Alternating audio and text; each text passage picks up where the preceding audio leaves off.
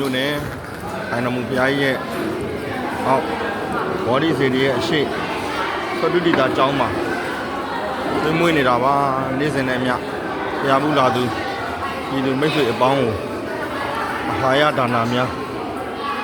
ညီသူမဆိုအယုတ်လအမြန်မရွေးဝဝလင်းလင်းနဲ့ကောင်းကောင်းမွန်မွန်အားရပါရသုံးဆောင်နိုင်အောင်ဖျားဘူးဒီလူများကိုလူတန်းသတုတိတာပြုနေတာပါနေ့စဉ်နဲ့မြဆွာရောက်လာတဲ့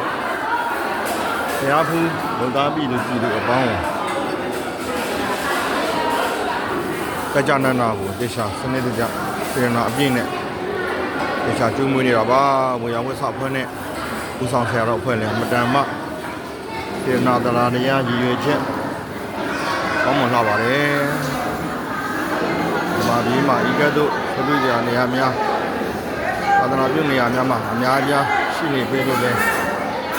ခုပင်ရှင်းတဲ့ဝမ်းသာပြည်ကြီးဖြစ်ရပါတယ်ကိုယ်တိုင်ယူကိုယ်တိုင်ဆေးကိုယ်တိုင်သုံးဆက်နဲ့စနစ်ပါအမတမစနစ်ကြစီကံကြအစဉ်ပြေလာပါတယ်ကိုယ်တိုင်စားသုံးမဲ့မပေတို့စရာအမင်းခင်းလျာများကကိုယ်တိုင်ထားယူပြီးတော့ကိုယ်တိုင်ကြနနာဆေးကြောပြီးမှပြန်လဲသိမ်းစီဒါဝတ်စာဖွင့်များလဲလိုလေလေးမရှိအောင်တေချာကိုကြနနာဒီမှာဆောင်ရထားခြင်းဖြစ်ပါတယ်လူဒီလာအကြောင်းကိုတစ်ခေါက်ရောက်ဖူးကြရင်လဲထိုင်တော်မူစေတော်ကြီးနဲ့ဘုရားခါယာပုံသူစေတော်ကြီးကို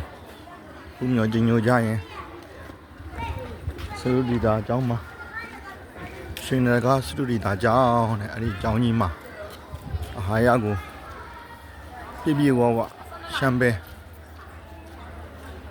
ကျွေးမွေးနေပါတယ်ဆိုတဲ့အကြောင်းစုမငောင်းတရားပြုရင်အားလုံးသောပြည်သူတွေကျမ်းမာကြပါစေချမ်းသာကြပါစေလို့ရတာဆုတောင်းလျက်ဘုရားခရာစီရီတော်ပုံလေးဖြစ်ပါတယ်